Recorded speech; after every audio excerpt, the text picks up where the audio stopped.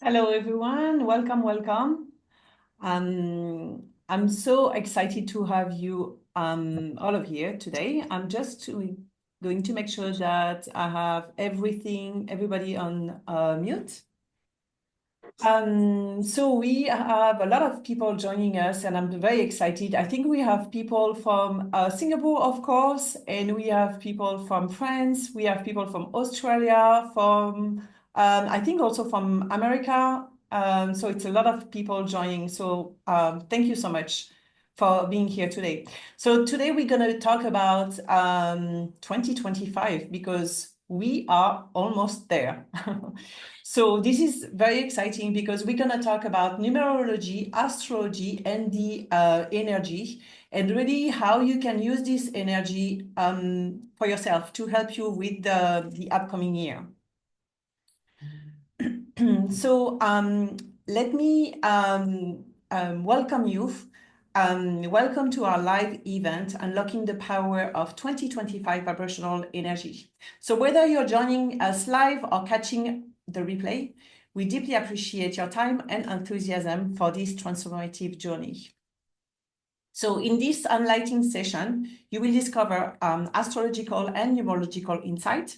So uncover the cosmic trends of 2025 from planetary movements to numerological vibrations and learn how this energy will impact your journey. You will also learn intentional living for 2025. You will gain strategies for setting clear and empowered intentions aligned with 2025's vibrational energy, helping you make decisions with greater clarity. And also, you will get personalized daily practices, and you will explore how to tailor your daily routine and wellness practices to resonate with the year specific energy, enhancing focus, productivity, and well-being. So let me introduce our speakers today. I'm just going to admit 2 more people. So welcome for those joining us just now. So I would like to introduce Joanna first. Joanna Ong-Ash is a certified tarot reader and numerologist with qualifications from the Tarot Certification Board of America and Tarot Professionals Ltd. She combines numerology with intuitive tarot readings and offers video and email readings. Joanna has conducted corporate numerology workshops to improve workplace relationships and participated in charity and private events, including birthdays and fundraisers. Additionally, she teaches tarot and numerology to enthusiasts looking to enhance their reading skills. So thank you for being here. Welcome, Jo. Hi, everyone. Now let me introduce you to Stephanie Chaunte-Leong. She is a somatic therapist and cosmic guide dedicated to helping people reconnect with their inner magic.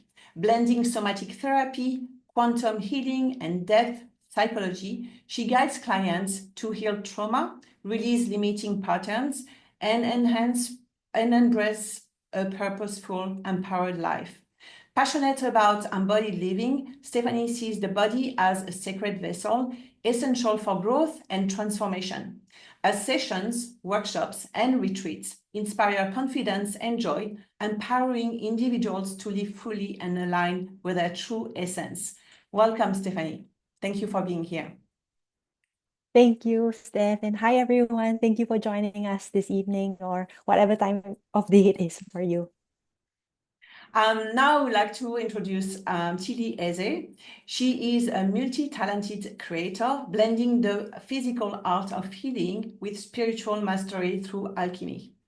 A certified practitioner in transformative modalities, she was given the medicine name, so bear with me with the pronunciation, Chup Turnal Inutikati, or Woman of Precious Light of Sky. This is so beautiful. Currently based in France, Tillie channels a passion for Venusian themes and explores astrological zenith points through heart-centered collaborations and experimental work, transforming past lives by reliving key moments in the present. Welcome, Tillie. Thank you for being here. Thank you so much for having me. Hello, everyone. So, ladies, I'm delighted to have you, and I look forward for this inspiring session thanks to your expertise and experience. So before we start, I would like to take a moment to thank our sponsor, the Ujjivati Community Online Membership. We would not have this event without this community. So Ujjivati is a supportive and nurturing space designed to help you on your personal well-being journey. By becoming a member, you'll gain priority access to top health and wellness practitioners, personalized resources, and tool focus on healing and self-development. So it's a space where you can connect with compassionate experts and like-minded individuals, all while reconnecting with yourself and moving forward at your own pace. So we have a special offer ongoing. You can join the Ujjivati community for just $250 US per year. And as part of our expert talk series, from 20 September to 20 December, you become a founding member with extra perks. So it means that you have one online one-on-one session with our practitioners, direct access to our founder, it's me, for virtual or in-person coffee, and 2 free 1-month guest pass each year. So for more details, you can email us at hello@ujjivati.com. So let's start now with the interview and with this amazing webinar. So I'm gonna start with you, Jo. And we're gonna talk about numerology to start today. I mean, this morning for me. So I want first to ask general questions because this is like, you know, numerology, not everybody is familiar with numerology. So you said that numerology is works like math. It's calculation. So tell me a little bit what you mean here. And I also want to know especially the difference between character number, life path number, and personal number. And today we will learn how to calculate the personal year number because we're going to talk about 2025. Please, Jo. Yep. So what I specialize in is Pythagorean numerology, just as there are practices like astrology that has different type of astrology. Numerology, we have Chaldean numerology, we have Pythagoras numerology. In Pythagorean numerology, we believe that each number is associated with a characteristic trait. And when you understand that as a human being, we are a mesh of our birth dates and our names, and all these forms a hot pot of various numbers that define what our character and personality traits are. It puts everything within your hands that you are in control. You know, you're in control of how you respond to situations that hit you. You're in control with how you communicate to your friends, your family. You know, often you go out there and go like, I can't stand my boss. Actually, it's not that. It's just that the two of you have different numerological traits, which you can then just learn how to manage, and we call it intentional communications with numerology. Okay.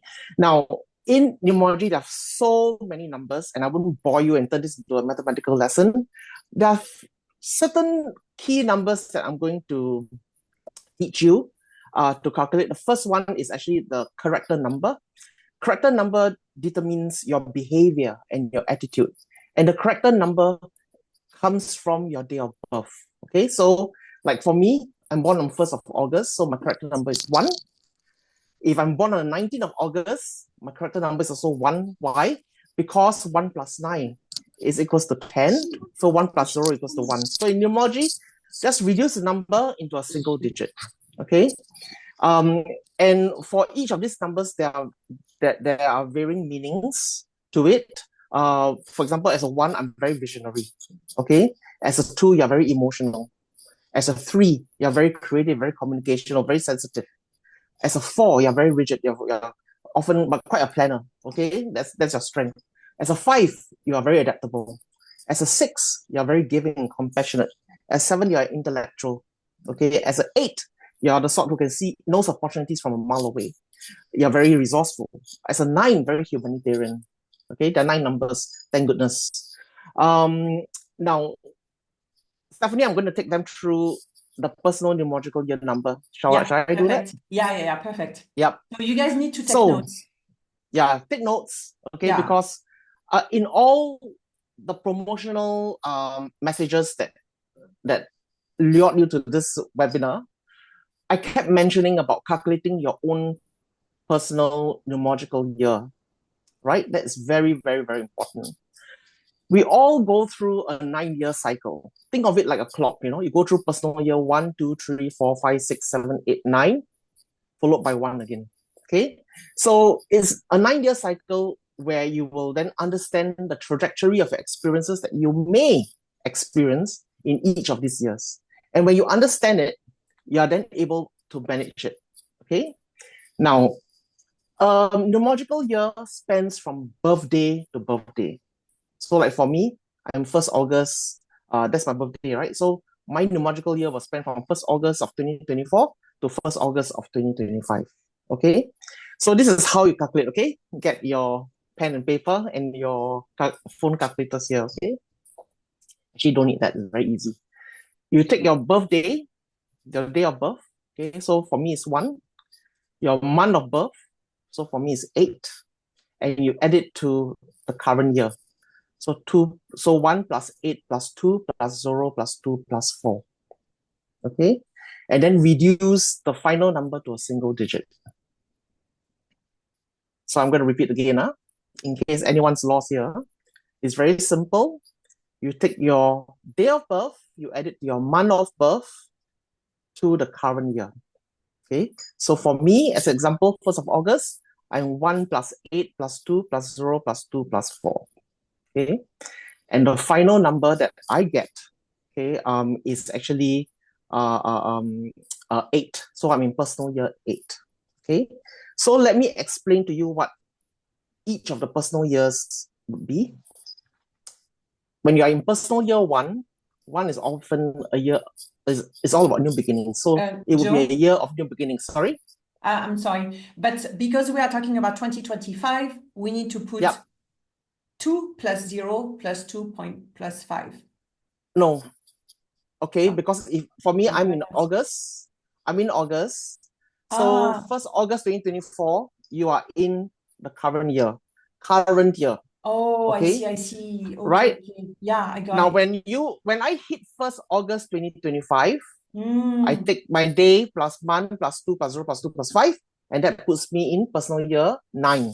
Okay. Okay. All right. Yeah, I So got remember, it spans from birthday to birthday. All right. Yeah, that's fine. Now knowing it will help you to manage. Knowing your current year actually will help you manage your 2025. Okay. Yeah. So like, remember, if you are in personal year 1, you are in a year of new beginnings.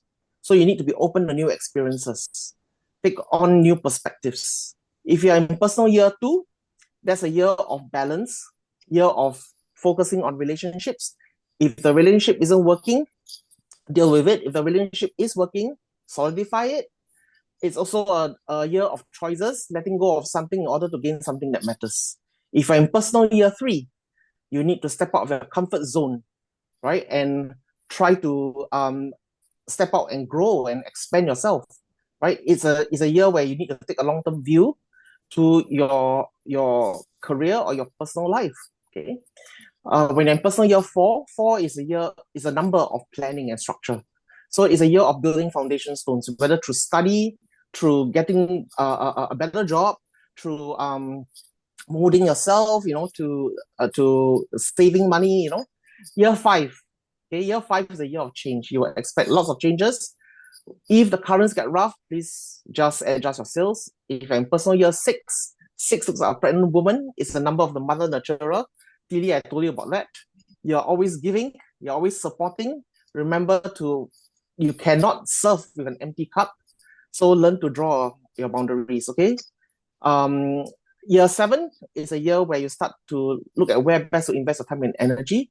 7 is a very cerebral number. You need to do a lot of thinking, evaluating about whether your current goals are really on point. Okay. Year 8 is a year of growth and expansion. Okay, that's a year where if you're in a job that doesn't serve you, you want to go for something else. If your relationship doesn't serve you, you want to let it go. Most importantly, you want to bring bliss to yourself. You want to do everything that brings you joy. Okay. Year 9, mine is coming up. Year 9 is a year of completion. And that's when I need to think about closing doors to things that don't work. I need to rest and recuperate.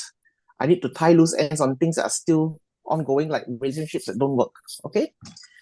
Now, how does that then fit into 2025? Okay. If you look at 2025 next year, everything is a number, right? So 2 plus 0 plus 2 plus 5, what does that get you? 9. Okay. 2025 is a 9. And 9 is a number of spiritual growth. It's a number of compassion, humanitarianism, giving, okay, closure, right? Completion. So if I'm in personal year 8, and already I'm thinking that I need to bring things, that I need to welcome things that bring me joy. I need to let go of things that I'm not happy about. I know that next year that's going to be a theme that's going to figure quite huge. So what I'm going to do about it is I need to really let it go. I know that it's not good for me. Whatever is not good for me is going to wear me down. It's going to cause me lots of trouble. Okay, like a client, like a job, like whatever, like a relationship. Okay, does that make sense? If you are in year 1, and going into 2025, I can tell you, embrace it. Embrace it as a new experience. In year 9, there are things that are going to block you because you're going to be clinging onto the past. Please don't do that. Okay. Joe, Mm-hmm. how about if we get the number like 11 or 22, like 22? Remember, reduce it. All the time. Okay. All the time. So if you get 11, it's a 2. If it's 22, it's a 4. Okay. Okay. Yeah. All right. I hope everybody got it, but I think it was very well explained. So thank you Now, so much. if it's too mathematical, that's why I say it's mathematics, right? If it's too mathematical, please do ask all the questions later on. If not, do reach out to me. I'm happy to explain that all. Absolutely. Okay? Yeah, that's fine. Tillie, now we're going to talk about astrology, and to be more specific, we're going to talk about Western astrology, which is a little bit different from Vedic astrology, because I know that we have people from India joining, and they might be more familiar with Vedic astrology. So briefly, can you give us a little introduction to Western astrology?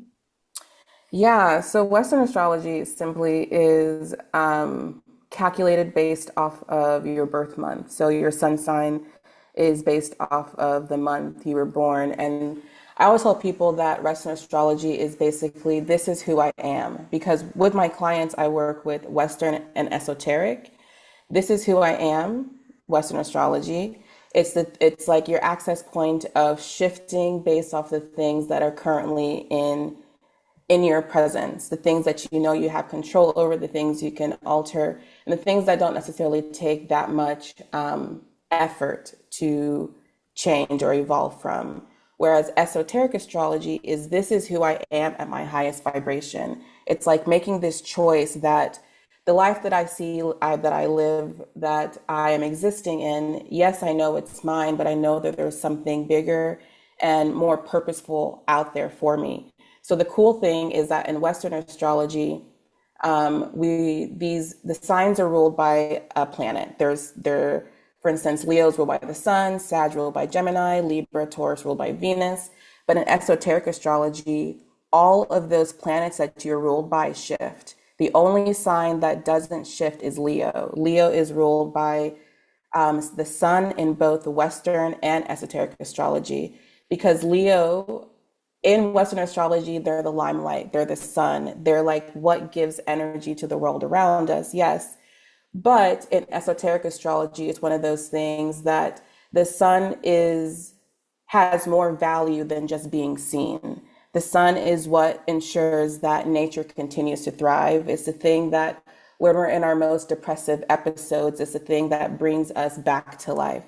So Western astrology, simply put, is this is who I am. It's ruled, or it's first calculated by your birth month. And esoteric astrology, the one that I sort of blend with, it's this is who I am, my highest vibration, and it's helping you evolve to the highest form of who you're meant to be in this lifetime. Okay, thank you so much. Yeah. Jo, now let's talk about, the first part of this webinar, we're going to talk about the energy of 2025 in both astrology and numerology. And then we will talk about really what it means for you, and how, what are the things that, like in our daily life, what we can do, to embrace this energy. So Jo, what are the key themes or opportunities does the universal numerological energy have for 2025? So like I mentioned before, 2025, if you calculate 2 plus 2, 0 plus 2 plus 5 is equal to 9. Okay, 9 is a very special number, one of my favorite numbers. And 9 is the number of spiritual growth. 9 is the number of humanitarianism. 9 is the number of compassion. 9 is the number of completion. 9 is just fantastic. If you were to map it with tarot, okay, 9 is actually the ninth card of tarot is Hermit. The Hermit is about looking at life with an introspective perspective. Okay, and interestingly, the Moon card in tarot is number 18 card, and 1 plus 8 equals to 9. And Moon is also about going inwards introspectively in order to look at how we're going to view a situation and try to manage your hidden fears. Okay. Now, given these themes, all right, I would expect that when you know that 2025 is going to be one where you're going to be, welcoming a lot of opportunities for compassion and humanitarianism, I would advise that, hey, use that opportunity to give back. But understand that there needs to be boundaries. And with boundaries, like what I've told Tillie before, you can never serve with an empty cup. Okay? 9 is a number of closure. Okay? If there are things that you need to close, don't leave it lingering. When you have been suffering a broken relationship this year, if you need to let it go next year. Right? I would say let it go as soon as possible. Okay? I love 9 as a number because if I look at 9 in Christianity, okay, St. Paul in the letter to Galatians talk about the 9 fruits, compassion, love, mercy, etc. Where a community lives in alignment with the Holy Spirit. I'm not a Hindu, but I understand that 9 is actually, I think there are 9 forms of Durga in Hinduism, I think. Please correct me if I'm wrong. In Buddhism, I think there are 9 paths to enlightenment. Okay. In Norse mythology, Odin hung himself on a tree for 9 days and 9 nights just to garner wisdom. So given that 9 is such an important number for a lot of practitioners, esoteric practitioners, I feel that the number has a lot of meaning for me, particularly when I'm going to be in personal year 9 next year. And it exacerbates the whole energy for me because I know there are things that I need to let go. Right? So I will be very conscious about it. Does that answer your question, Steph? Yeah, absolutely. I think it's very interesting how you create link between the tarot of different religions or philosophies, like how 9 is an important number. Yep. Yeah, and I think it's like this is the whole point of this talk is really like once you know what's coming up, you can, you know, like adapt to it. You know, you can make a little change. So then you go with the energy and not like against it, you know. So Exactly. yeah, that's And perfect. Yeah, go and ahead. for just on the theme of completion, Mhm. you know, as human beings, how difficult it is for us to just let things go. You know, most of us are emotional beings, right? So when we go through very volatile relationships, volatile jobs, volatile job situations, etc., these are just circumstances where, you know, instead of wading through it and trying to suffer through all that, I think if you are conscious of 2025 being the number nine, a year nine, I think it reminds you that, hey, you know, I need to adjust my way of thinking. And if it doesn't bring me joy, just let it go. Yeah, absolutely. Right. Yeah, completely. So I have the same question for you, Stephanie and Tillie. What kind of year will 2025 be? Maybe you can go through the key planetary movements and alignment for 2025 and explain what will be the most significant for personal growth and transformation. So Stephanie, do you want to start? The thing that stands out most for me is the humanitarian aspect of what feels like the next 20 years would be, which is the transit of Pluto moving into Aquarius actually last month. And what feels so strongly within me is that it's so important for everybody to embrace the Aquarian within them. So it's about embracing the exact part of us that maybe made us feel different, made us feel like an alien, made us feel just like an oddball ever since we were growing up in every situation, whether it's family, it's neighbors, siblings, classmates, colleagues, and to identify what is the common thread amongst all the different situations and experiences that we've been in that made us think like, oh my gosh, I'm so different. Because with the Aquarian energy, it's exactly about these traits that make each of us different, makes each of us unique is actually our genius. And that's really how we can contribute to humanity and to the collective on a large scale in a way that honors our uniqueness and honors our individuality.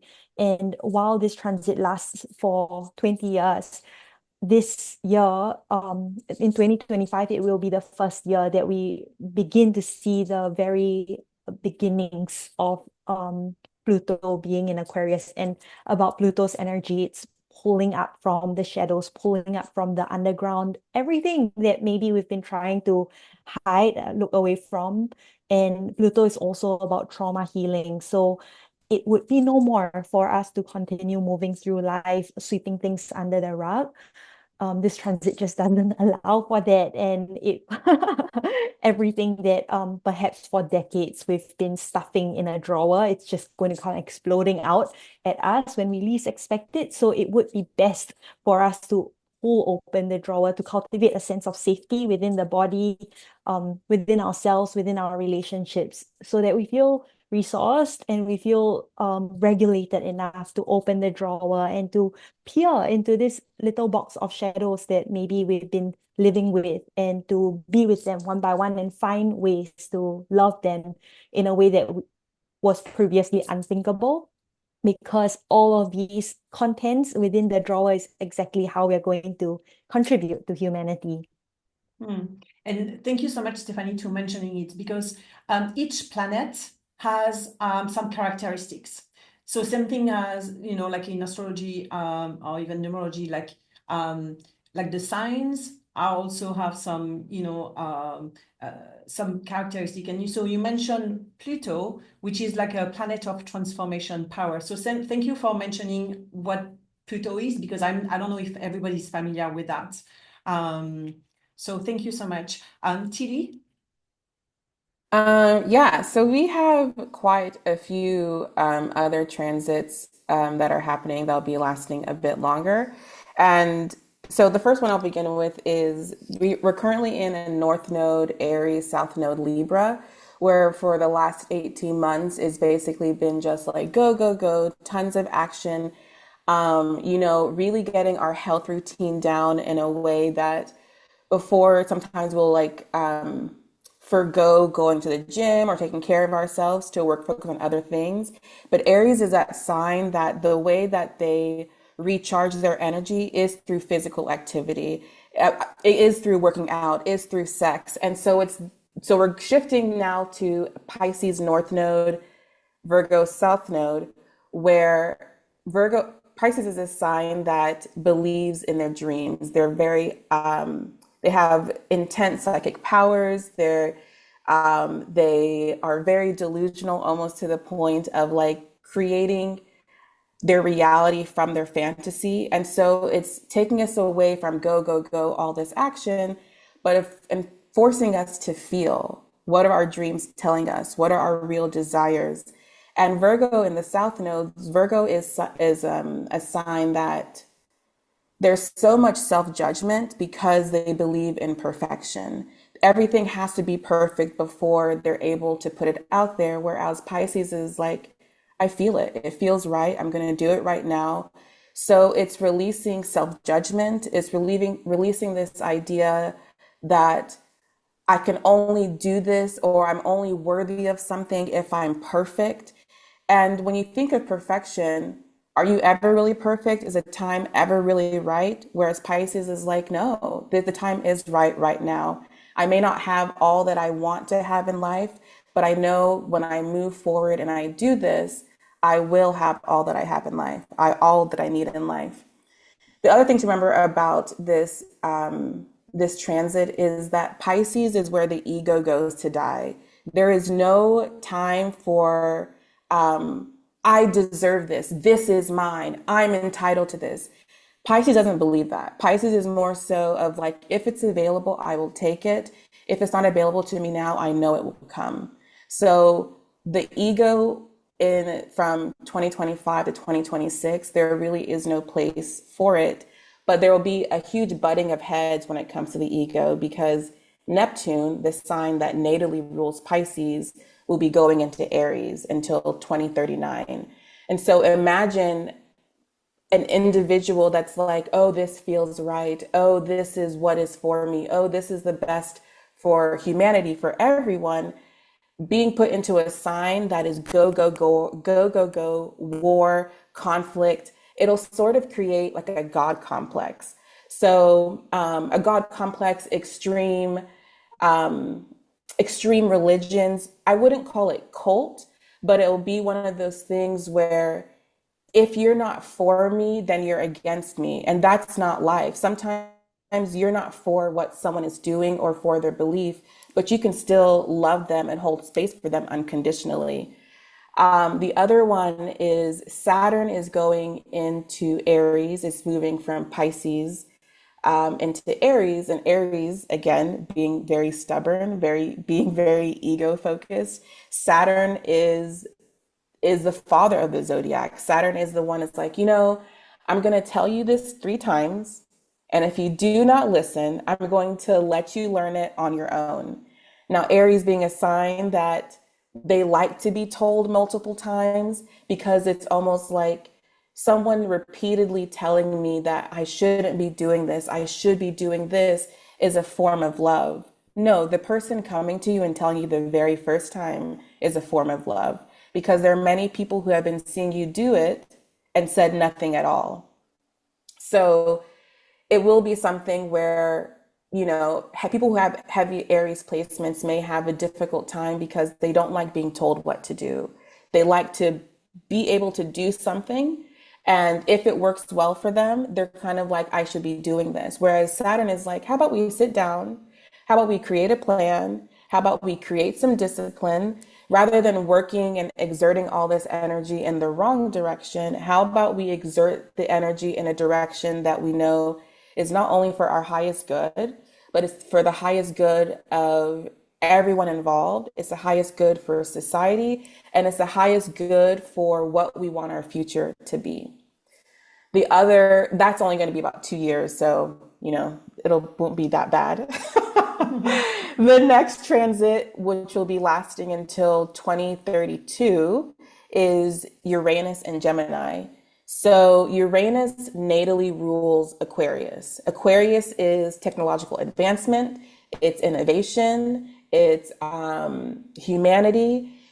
Not Aries, but Aquarius is considered a transpersonal sign. So Sagittarius, Capricorn, Aquarius, and Pisces are transpersonal signs. They're signs that everything they do it for themselves and everyone else.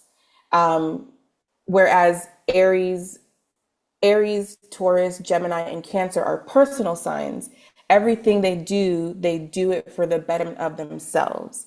And then you have the interpersonal signs of Leo, Virgo, Libra, and Scorpio, where everything they do it for others. So with transpersonal signs, with Uranus ruling Aquarius, but Uranus going into Gemini, there's going to be an advancement of how we communicate, the way messages come through. Journalism is going to shift, and hopefully for the better, because journalism for a very long time was in a place where it was all about clickbait. It was all about making sure we get as many eyes as possible. And then it got to a point that people were like, why did I click on this? What you promised me in this article isn't even there. So people believe that there's going to be a new social media that'll kind of take over what Twitter, Instagram, and Facebook have been for a long time, where it's something that the necessary information is out there. It's believed that there's going to be tons of new regulations for journalists, where the thing of you have to provide the actual information. The article heading has to match what's actually going to be in the article. This whole clickbait thing has to stop.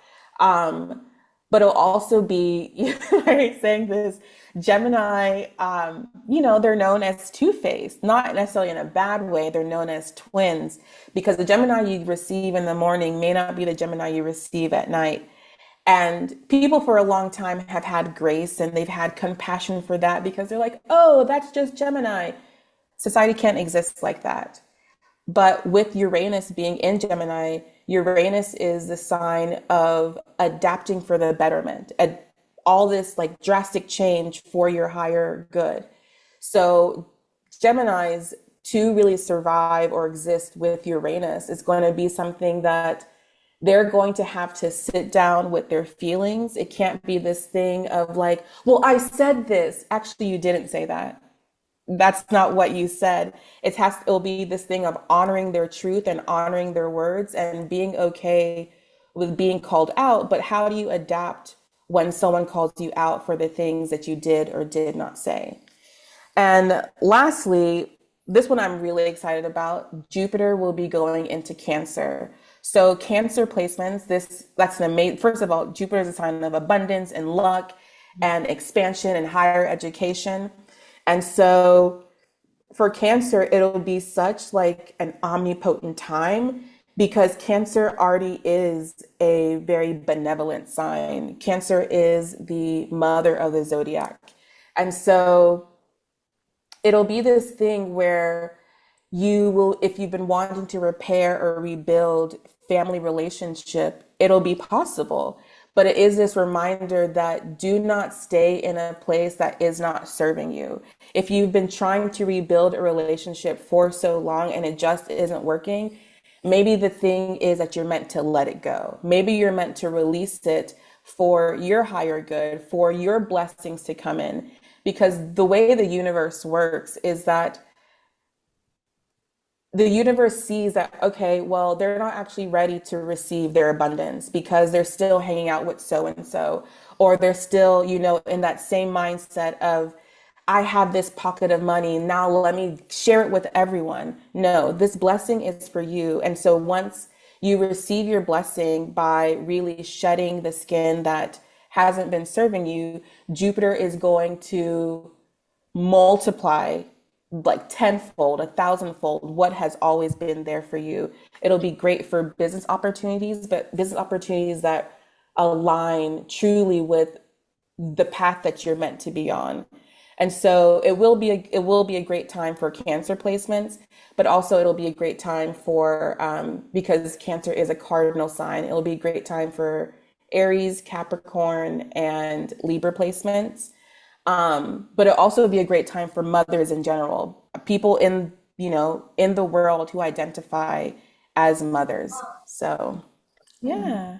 Okay, sounds good. So just to recap, you said, and this is what we need to keep an eye on, the transit of North Node to Pisces and South Node to Virgo. Neptune shifts to Aries until 2039. Saturn shifts to Aries for about 2 years. Oh, sorry. I forgot about Zoom at 5 o'clock. Oh, sorry. I think let me mute someone here. Okay. You said, so Saturn shift to Aries for about 2 years, Uranus to Gemini until 2032, and Jupiter to Cancer until 2026. Correct. Yes. Okay, fabulous. So now that we talk about the energy out there, we're gonna talk a little bit more about us, okay? So I want the audience to take as much as possible from this webinar. So one thing I want to talk about is listening to ourselves, because I think this is quite important, and it has helped me a lot to integrate what's going on out there. In astrology, numerology, and then really to see how does it match my own energy. So I know that a lot of time we are busy with a lot of things, but taking time to listening to ourselves is very important. And for that, I was like reading an article in Psych Central. The title was is How to Listen to Yourself. And the authors were saying there, learning how to listen to yourself is helpful because it helps build confidence and self-awareness. You may notice an increase in happiness and peace, knowing you are on the path meant for you. And I think that's what she was saying was very relevant with what we are seeing. And it's also one way to really absorb the energy and see what feels right for you, because it's a lot going on. Not everything is going to be meant for you or for to help you on your path. So it's very important that wherever we say, you also take time for yourself and to check daily on yourself to see if this is what you need to listen and to follow or not. And I want to I want to tell you just a little bit of a personal story. During COVID, so I was in Singapore at that time, and we were locked for quite a number of time inside. And this is where I really turned to astrology. And for me, it was really, it was kind of, I was in a bubble and really listening to what the astrologers were saying really helped me to move forward. But it was also really a time where, no choice, I had to focus on myself. And I started to say like, okay, is what I feel, what's going on, is it a good match with what the astrologers were saying? And most of the time it was. Not everything was correct for me, but a lot of things there was a lot of guidance. So, and it was very helpful. And this is during that time when I was forced to be, by myself, to really listen to myself. Also have some tools, strategies, how to do it. So that's, meditation was a big thing. But Stephanie is going to talk a lot more about, embodiment and, like some techniques you can use. But listening to ourselves was a big thing. So if you haven't taken the time yet to do that, I think this webinar is a very good opportunity for you to be aware of what's going outside, what's going on inside. So this is what I wanted to little intro before we move to the next question. So So with all that, how can we practically navigate this shift in our daily life and set clear and our intentions to make decisions with greater clarity? Tillie, I'm going to turn again to you for that question. Yeah, so I will actually provide you all some information about like based off of your Pisces house placement, because for the next 18 months, starting January 11th, that will be something that would be like a universal energy that you'll see a lot of people moving towards or wanting an idea of oneness. And so I actually took notes on this to like make it easier because we have 12 houses. And so if your Pisces is in the first house, don't be ashamed to express yourself, but ensure what you're expressing is the truth. Pisces has this thing sometimes of being delusional or inflating what is real. And so be proud of the truth no matter what it looks like to the outside world or what you think other people will think about you. Second house, work on connection with money and stability. It's okay and healthy to want security in a financial sense. Pisces is a sign that believes that everyone should have enough in the world. And I agree with that. That's completely true. Everyone should. But sometimes they will give the shirt off of their back and it's the only shirt that they have. And so it's idea of like, it's okay to have the shirt and not give it to another person. Third house, communicating from the heart is easy, yes. There's even more power when it's in a form that is widely comprehensible. Fourth house, you deserve peace in the home as much as you strive to create it for others. Allow other people to be their own peace. It is not your job to always be the peace for others. And if you're in a place or an environment that's constantly disruptive, maybe you're meant to leave that environment. Pisces, fifth house, though ego and the limelight are not what you strive for, allow yourself to be center stage and credited for your creative accomplishments and endeavors.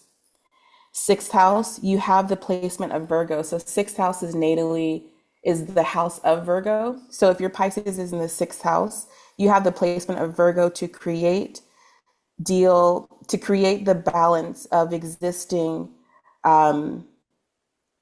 create the balance that exists in the surreal world in your reality. Seventh house, Pisces, be honest with yourself and others about the relationship and bonds you have. It's okay to move on, but don't leave things hanging. A lot of times Pisces will be like, well, I sort of left, or like, I didn't call them back. They should know what that means. No, the person could think you're dead. Like properly be okay with ending things and moving forward. Pisces in the eighth house, the dark side of Pisces occurs when one lives in the darkest side of their emotions and addictions.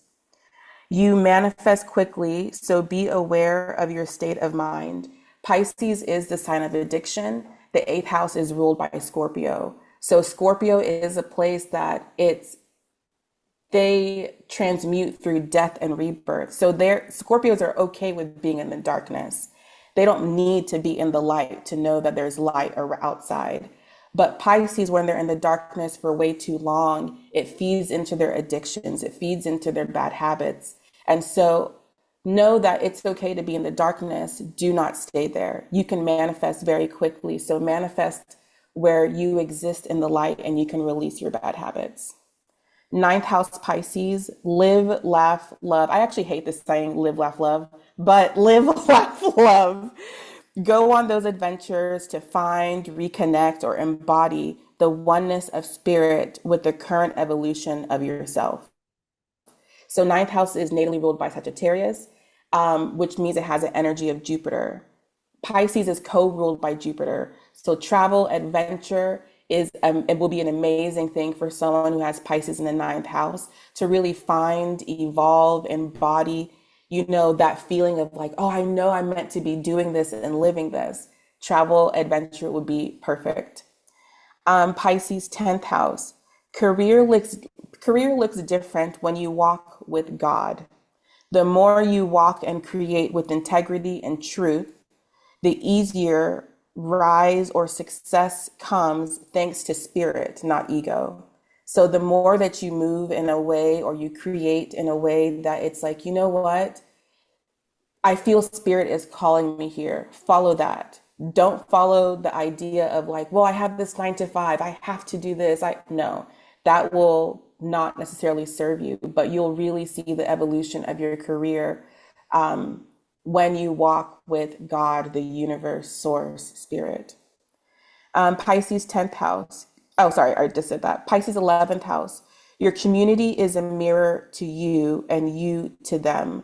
When things get distorted, it's time to walk away. Release with love. Don't be afraid again. So 11th house is natally ruled by Aquarius, but it's also like your chosen people, the people you choose as friends, but it's also frenemies. It's like this idea that sometimes you have to just let things go, but let things go with love. Don't people think that, well, when I have to end something, there has to be an argument, there has to be fighting, there has to be confrontation. No, it doesn't. You can literally say, you know what? I have loved this experience with you. I have loved being around you. I have learned so much from you. I think it's my time to move on. I release you with love. And lastly, Pisces 12th house. Old habits like addictions are hard to break for everyone. Be kind to yourself on all days and take it one moment at a time. So 12th house is natally ruled by Pisces. So having a Pisces in the 12th house can actually be very difficult because of the fact that it's like living in a home with an addict when you're already an addict. Like it's being reminded of all the things that of what got you there, but also being reminded of all the ways what will happen if it keeps you there. So be kind with yourself, have compassion for yourself. You know, if you have a win at 10 a.m. and you have a loss at 11 a.m., remember the win that you had at 10 a.m. because you can always manifest more of those wins. Okay, thank you so much. So just to make sure that everybody got it. So the North Node is going to be in Pisces, and you took us through all the Pisces houses, right? That's correct. Okay, perfect. So so for you guys, because this is going to be super big, the North Node going into Pisces, you will need to check your placement and look up where it's going to be, in which house it's going to be. You will receive after this the webinar, you will receive an email with the replay. In the email, I will put again all the exactly what Tillie said, all the placement in Pisces for each house. So then you will have a little bit more time to go back and look it up, okay? And if you have any more questions, then you can get back to us. All right, I hope it's clear. Thank you so much, Tillie. Well, I also want to say in the email, you'll also be receiving if you have placements in Pisces, so not only the house, but as well as the placements. If you have like a Lilith, Moon, Jupiter, that information will be written down for you. Okay, super. Thank you so much. All right, so now I want to turn to Stephanie, and we're going to talk about the practices that you suggest to help us tune into the vibrational energies of 2025. And then what are the simple exercise that you recommend to ground these insights into physical reality? So I know you are the one for this kind of questions, Stephanie. Thank you, Steph.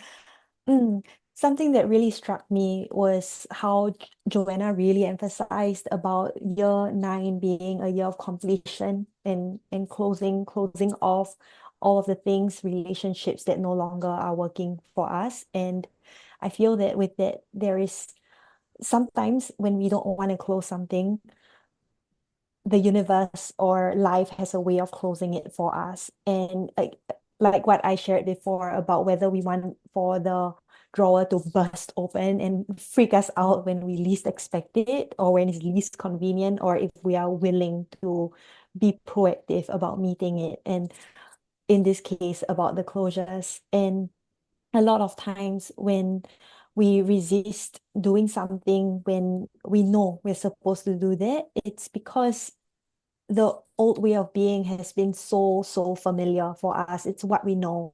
And even though something might be unsettling within us, there is still a sense of comfort in the discomfort, or discomfort in the comfort, like that tension there. But at the base of it, knowing this isn't right for me, but I just can't leave.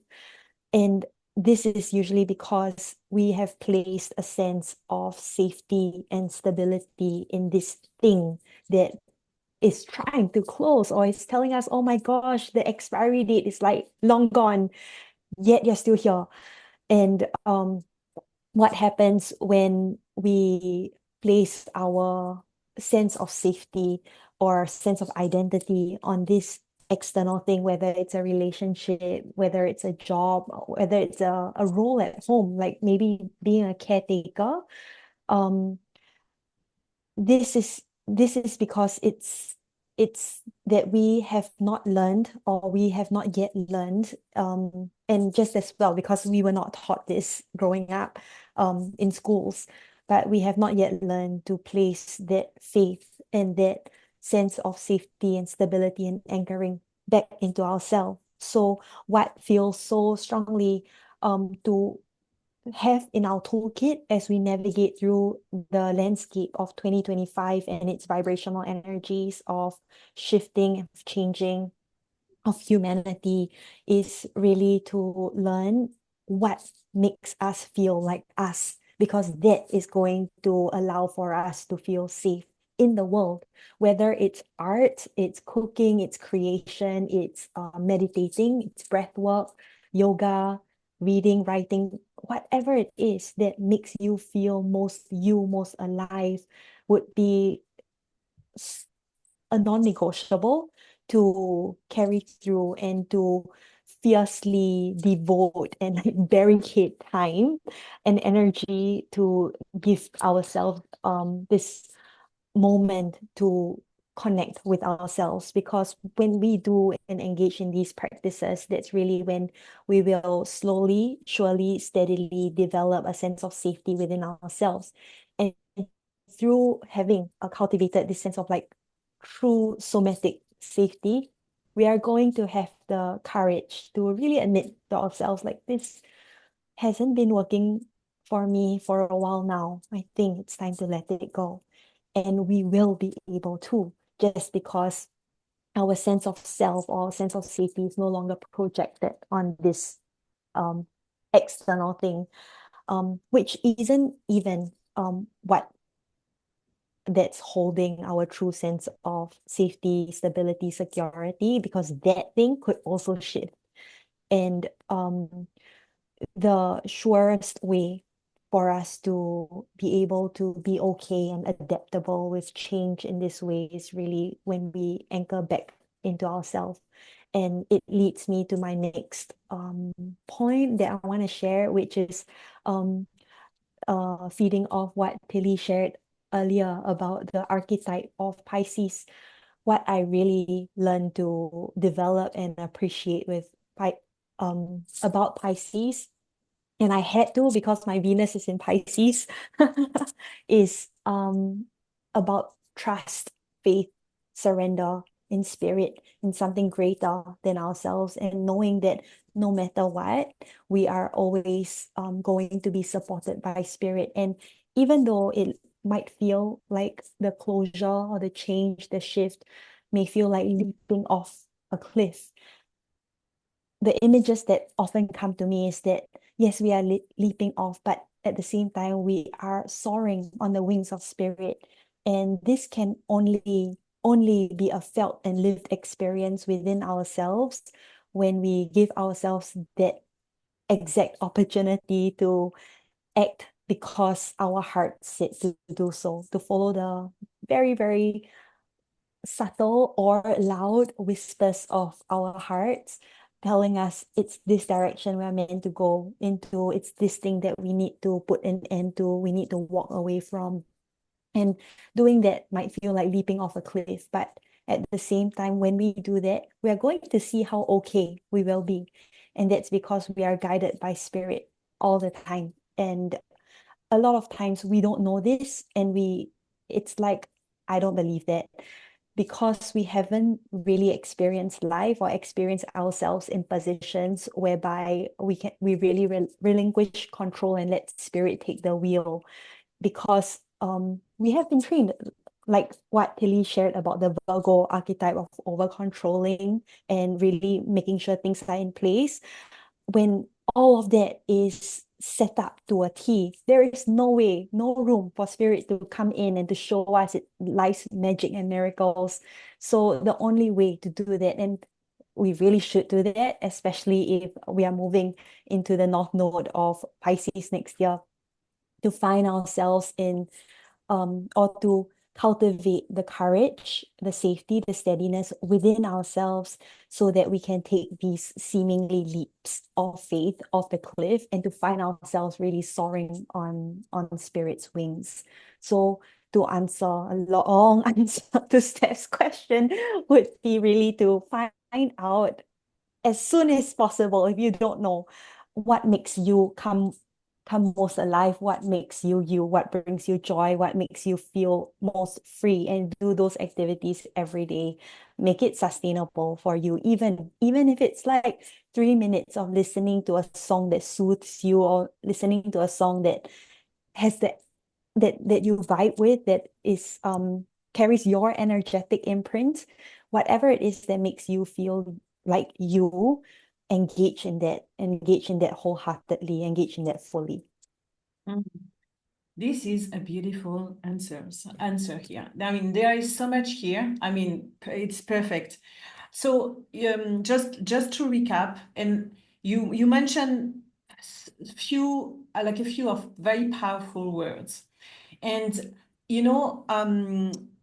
so the first thing is like, you need to reconnect with yourself first. And I know it can be a little bit scary, and it can be like, okay, what does that mean? But as you say, you need courage. So that's one word that I really love, courage, because it means that it's going to be like an adventure, to reconnect with yourself. You also say that you need to trust that you are supported by spirit. So whatever you do, meaning like, get up in the morning, go for yoga, this is the first time, start meditation, turn to astrology, whatever, you need to trust. You are trying something, see if it works or if it doesn't work, reconnect with yourself, listen inside to see how it feels.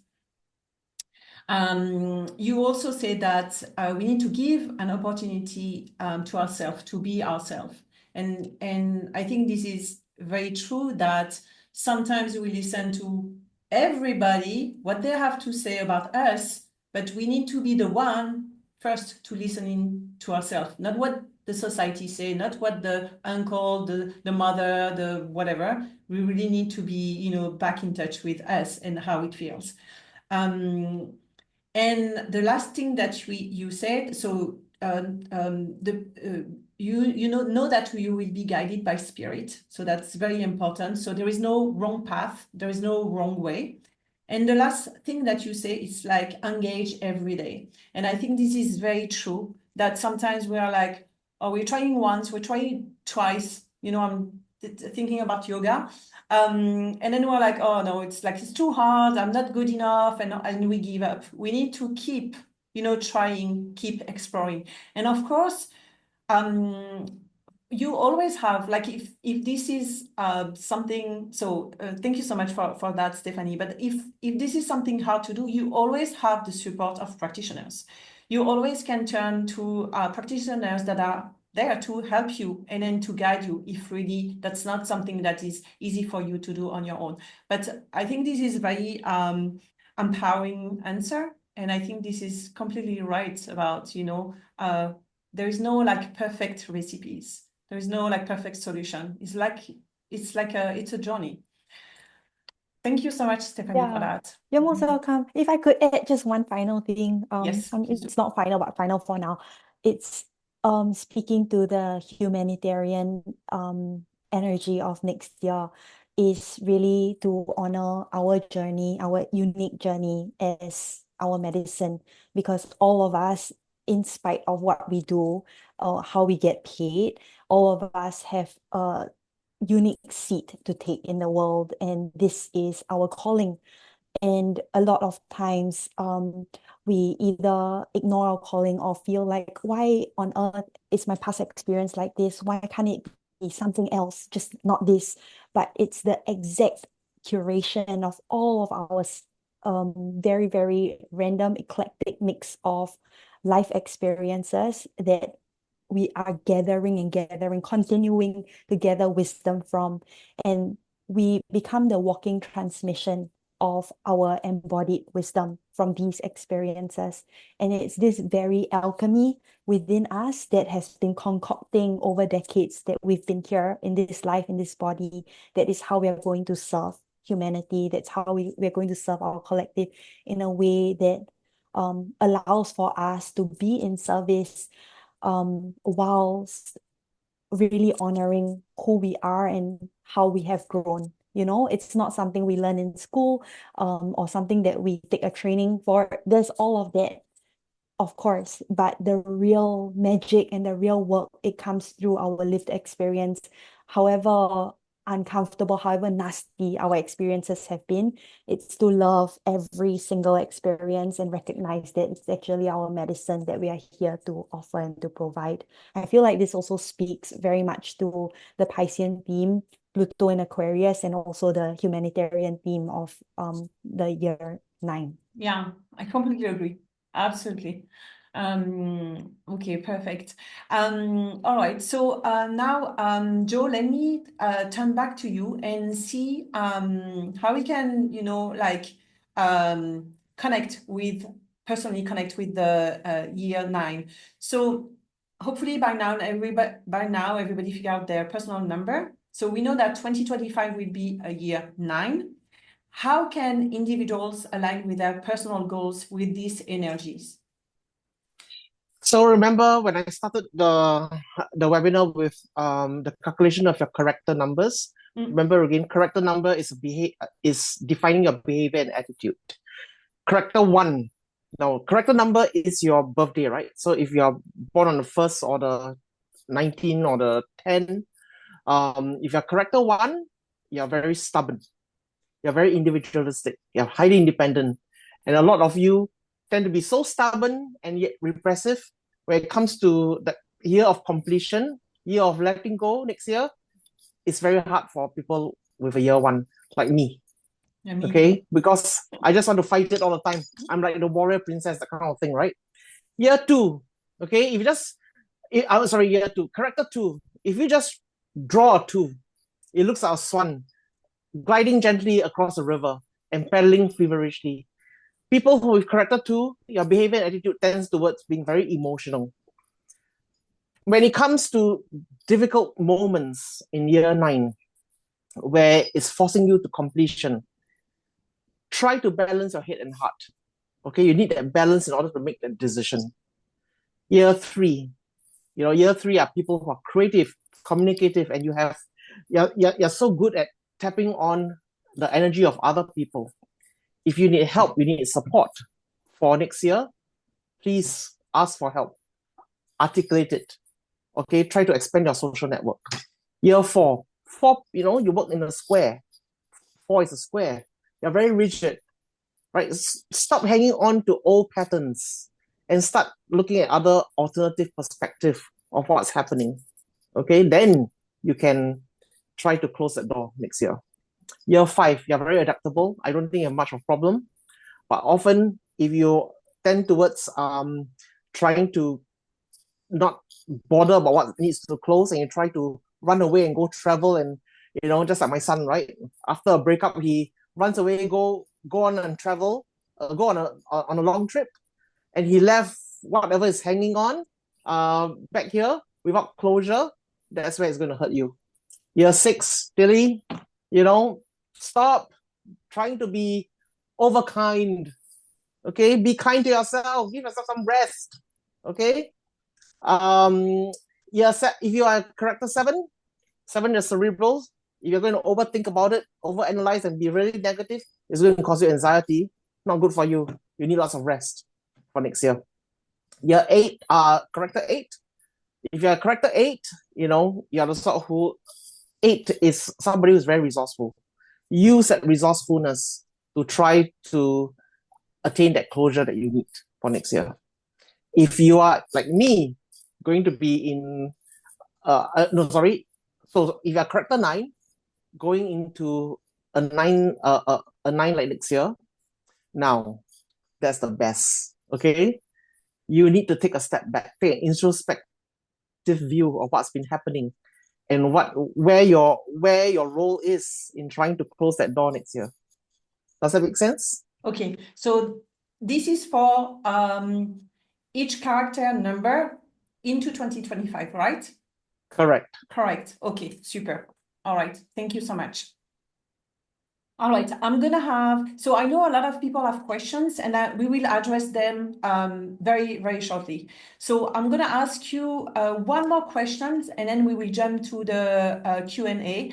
I feel that that last question is, there's some things that are already been, like these answers already been answered in some way, but I'm gonna ask it. So then if you have anything to add, this is the chance to do it now, and then we will do the Q&A.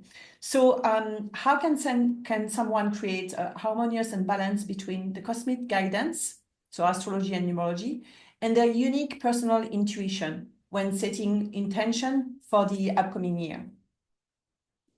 Joy, do you want to start with this question? Sorry, I was looking at the question. So, can you repeat that again? Yeah, of course. So how can someone create a harmonious balance between the cosmic guidance, so astrology and numerology, and their unique personal intuition when setting intentions for the next year? Okay. As you can see, right, as a numerologist, I'm quite practical with the stuff that I talk to you about. So in terms of setting intentions, align that with your own personality. There's no wrong number, there's no right number, there's no great numbers, there's no bad numbers. Everything has a strength, everything has a weakness. You will just leverage your strength, downplay your weakness in order to manage what's going to happen next year. Yeah. Okay, thank you so much. Tillie? Yeah, I just believe, honestly, take what resonates with you. And you also allow yourself to feel if something sounds right for you at this time. It may not be for what you need at this moment, but as you continue to evolve into the person you know yourself to be, within 6 months, you can review it. And at those things that didn't work for you then, they may, work for you now. And find simple ways of including them into your life. Don't do anything drastic and like, I'm going to do this 6-month intensive. No, like start very slowly, allow these things to trickle in until they become a part of your routine. That is a natural part of who you are. Perfect. Yeah, I like it. For one first step at a time. Not everything at the same time. You remember it's 2025, you have the whole year. And Stephanie?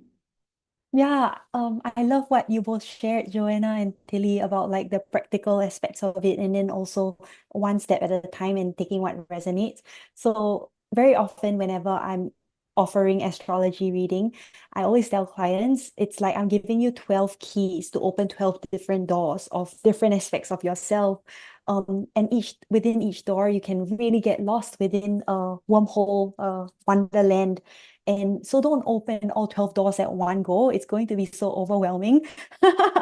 But instead, treat this like everything that you've received through the transmission of this webinar as a permission slip. The things that really, really, when you listened, it resonated, you felt something come alive within you, you felt something bubbling, like an effervescence within your body, that is a compass to move in that direction. And it's really when we give ourselves the permission to embody more of these aspects of ourselves, to try out more of these aspects of ourselves that actually already are your original blueprint, whether it's of your number or your astrological archetype, you get to explore more and more of who you are becoming, who spirit came through your body to be in this world, in this human form. So really, when we allow ourselves to receive what astrology or numerology tells us about who we are, and if there was something that felt sparkly for you, that felt like there's a bit of magnetism, move in that direction, and slowly but surely curating and creating a life that really gets you so excited to take on the day, every single day in 2025 and beyond. Okay, thank you so much, Stephanie. So we have a few questions here. So we have very personal questions. So for example, let me see.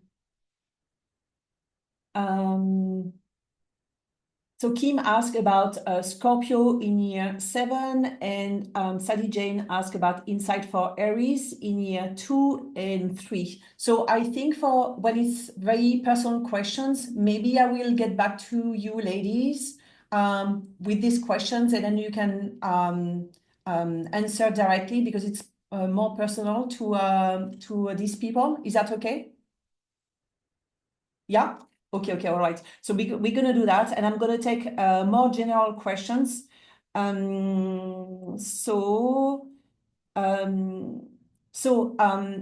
asked, is there more compatibility between those with the same personal year? So I guess this is for numerology, right, Divya? Sorry, can you repeat that again? Yeah. Is there more compatibility between those with the same same personal year? personal year? Yeah. Okay. If you are a friend of mine and me, my best friend actually, and me, we're both in personal year 8 because she too is born on 1st August. Now, what's different for the two of us is the way we respond to the personal year 8. She's highly emotional because her entire slew of numbers, when you calculate it, has emotional numbers that are hidden within it. For me, I'm a little bit harder, you know. So I'm usually a bit more objective and practical. For her, she is always a storm in a teacup. So it is the same year, it's just the response is different. Does that make sense? Yeah, completely. Okay. Yeah, absolutely. Can I answer the second one also? I think it's addressed to me in terms of the character number. So From Lynette? Yes. Yeah. So Lynette, right? Yeah. Your character number is just your day of birth. Doesn't include your month. Okay? Just your day of birth. Okay? Like the example I gave you, I was born on 1st August, you're character 1. If I'm born on 19 August, it's character 1 because it's 1 plus 9. If I'm born on 10 August, it's 1 plus 0, it's still 1. Okay? Hope that clarifies. Yeah, absolutely. And then Sadie Jane asked also, so, we all have different numbers, okay? What are, this is again for you, Joe. Any tips on how this mix can live harmoniously together when we have very different numbers? I know you have an example about your boss and things like that, Joe. But yeah, sometimes it can be difficult, especially at work when you have like no choice. I'll give you an example, okay? A living example myself. I'm a character 1. My husband is a character 3. 3, just draw a tree. Curly whirly, soft, rounded edges. There's no hard edges at all. He is a very soft guy. Okay? He's a very soft-hearted, loving person who's often absorbing a lot of energy from around himself. Okay, for me as a 1, I'm very hard. I'm just like my mom always says to me, no filter between my brain and my mouth. It's true. Okay, I'm like that. All right. Now, how do we get along? We try to get along because I need to soften myself. Often when the fights become a bit row, I know that he's very affected and he takes it very, very personally. Although it's just I'm having a period, So if you understand the different characteristic traits, you are able to adjust to each other's different behaviors, and I think you can respond to the relationship in a better way. Okay. Absolutely. That makes sense. Okay, so if I don't see any more questions, so we're gonna wrap up. Just in the comments, tell us how useful was this webinar for you, if it covered everything, your expectation and all that, because this is also a good feedback for me as I'm the organizer. Thank you so much, everyone, for coming and joining us today. It was a real pleasure to talk about 2025. So as we wrap up, I warmly invite you to connect with our incredible speakers, Stephanie Chaunte-Leong, Tillie Eze, and Joanna Ong-Ash. So their social media links and contact details will be included in the replay email that I'm going to send you. For a deeper dive into their inspiring story, you can listen to my podcast featuring Joanna and Stephanie. And don't miss my upcoming conversation with Tillie, releasing later this month. So I'm gonna put the here in the chat the link if you want to listen to the podcast. And also, please mark your calendars for next Expert Talk series webinar, which will be happening in the spring of 2025. And be the first to hear about it by subscribing to our newsletter. So then here again, I'm put the link to the newsletter.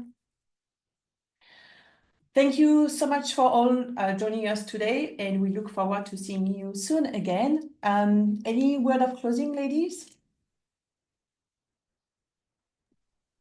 Have a Really happy enjoy next year. 2025. Yeah. Oh, sorry. Same Have a happy. message. It's okay. Have a happy 2025. I mean, like same message as you, Steph. Don't be too fixated with the confusion of the numbers and the astrology, etc., etc. I think the most important takeaway from this is, like what Tillie said, everything one step at a time. Read up as much as you can. Ask me questions. Ask us questions. And just kind of go with the flow. I think if you just balance your head and heart, you'll be able to manage the right decisions for next year. Yeah, absolutely. I know it can be confusing at the beginning, but once you understand how it works, and I think it's the same thing with astrology, then you understand how it can help you and guide you, but don't try to understand everything if this is your first time right away. It takes a little bit of time to understand. Even me, I had session with Joe, and I had to ask questions because I need some clarification. So no worries about that. Steph, I think you wanted to also to say something. I didn't hear what you said. Have the best year. Let 2025 be the year that you know yourself most intimately yet.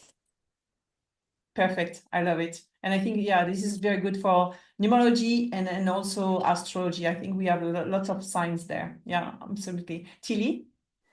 Yes, I have been telling people that 2025 is, like whenever you're reading a book and you have 2024 was that space between the book, you're waiting for the next one to come out.